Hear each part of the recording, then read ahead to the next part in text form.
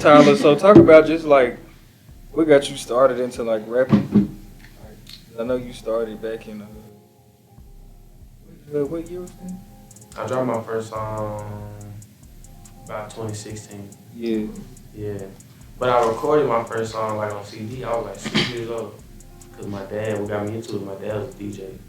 So he kind of just pushed me into it. It's really like in me too, cause my dad, biological father, he a country singer or something. Then her dad, like a singer at the church and shit.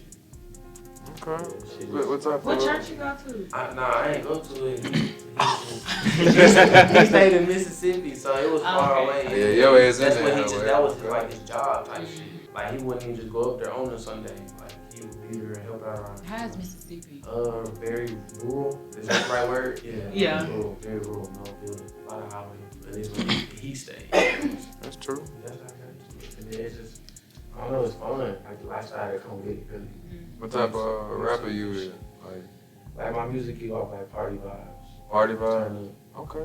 I got like some R&B, some sad stuff. Like not sad stuff, but like stuff that'll make you, something you can feel. You can get you in your field. Yeah, but like I'm trying to make sure I perfect that sound before I put it out. You gotta get that. Yeah. I just be right now, like, one of my passions with music is like, cause I love music. All these folks know I love music. I just be right now, lyrics and, poetry at that. Sometimes I be thinking I could be a ghostwriter sometimes, but like, I don't take it as serious like I should, but we still up.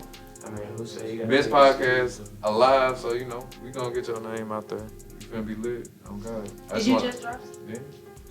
I just dropped behind the scenes. Okay. All right. What the next music video? I'm trying to be drunk in hell in the front. So the next vlog dropping soon when I finish editing it. Then a music video after that. Then another vlog from the pool party yesterday when I finish editing that. And then jump from tonight when I finish editing that. Gonna drop. Like it's just back to back. You got consistent content. That's it. Gotta keep it consistent. My phone over there charging for the night right now. Like bro, I'm finna shut out this tripod. Fuck all this shit. Fuck everybody. Watch this shit though. This shit finna blow you It off. keep it still. Like it really like stay. Where's your case? I can't have a case on the bottom. Watch this though, watch this.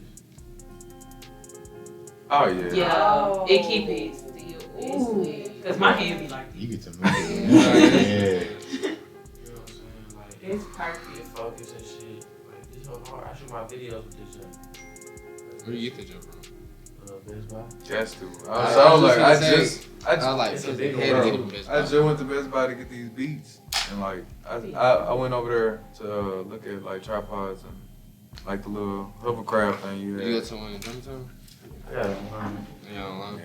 That's good. You probably don't even keep that junk in the store. You probably gotta order this junk strictly online. Yeah, I tried to go inside and look for it.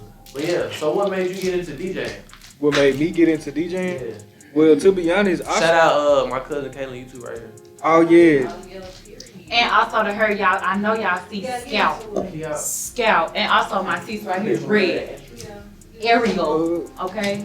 she said Eric. Yeah. Okay. But now, Kaylon, talk about your Yeah, then we gonna get into DJ Liqwid. talk about your. She do Like, talk everything. about my She's music. But I know she got the hair thing going. She had on YouTube. She is that. She can check get out you our music fresh. video, She can get you Buzz fresh and clean. Video. Y'all, go ahead and tell us about it. Tell us about it. Okay, so yeah, I'm a human hair retailer, custom wig retailer. My business Instagram is Athena is Hair Collection. Get your I name. can get you good with the wigs, the bundles, the colors. I can install it, whatever you need. I did this install right here. You know, get to it the red. It's the red. It was a revamped wig. What you mean? Yeah, she brought it to life. She gonna put it all in the camera later. Yeah. Yeah, So we y'all gonna can get into see. that later. We gonna get into it So later. y'all can see. But yeah, what then she if got you want to going. shop, website is AthenaShareCollection.com. We got Klarna, Afterpay, whatever you need. Klarna, Afterpay. Yeah, you hear. Because we do payment plans. Payment plans. Setups. Cash. You got credit. Don't play with my girl. Cash flow. I'm sorry, I had it up. And y'all can also follow me on Instagram. The real is queen_, and you'll be able to see everything that I do. Because the real it's is a plethora. So yeah. plethora. Okay, it's a plethora. What that mean? Yeah, what got you into DJing? What Or really just making content, period. Like putting yourself out there. What was that motivational spark for you that made you start putting out content? Well, first you gotta ask me what got me into DJing. Podcasting. So I had started DJing back in like when I was in high school. So I would say like 2014, 2015. Whatever year I started working at the East End skating rink. The lady there, it was this lady. She was a assistant manager, and we had this other DJ, and he was working there, but he was real inconsistent. He would be scheduled and he wouldn't come in. So she gave me his spot, and I started out with like CDs, and then eventually I had this little cheap ass school computer that I started DJing on. I really wasn't even supposed to be able to do the shit, but I just figured out how to do it because you know I'm him like that. And then he's that guy. But then like I was like saving up all my money to like buy my first turntable. Like that was back when I was making like $7 an hour. I was working at GameStop making like $20 every 2 weeks. Oh Jesus! Like GameStop? Thank God. Yeah, bro, because they was only giving me like 2 hours a week. I was only working like 2 hours a week, so it was kind of just like, you know. Yeah, after that, I just started doing events up there and just like, it was kind of a free chance to like really experience a crowd. I was still on the clock. I was just DJing. But then I realized, man, I'm good as hell at this shit, but I'm making $7.25 an hour. To turn these folks up. You know what I'm saying? And then there was this other dude that was DJing up there. He's still DJing up there, actually. He a pretty good DJ. Shout out to him. But, like, I was just like, man, this man doing all this stuff, getting banked. I done met another DJ up there, my boy Jason. Shout out DJ Prime. He kind of pretty much was the first one to really teach me about, like, reading the crowd, just everything about DJing.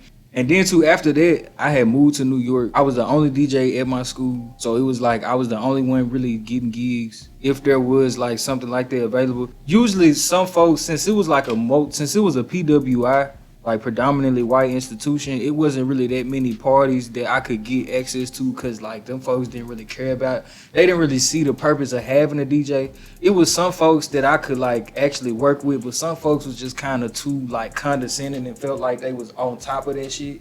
So I ain't really never get to work with them. But I mean, that was really they loss because like I was working with other folks. Like I would work with the alphas on campus. I would do their parties. Like my first 2 years, I was DJing parties at their house all the time.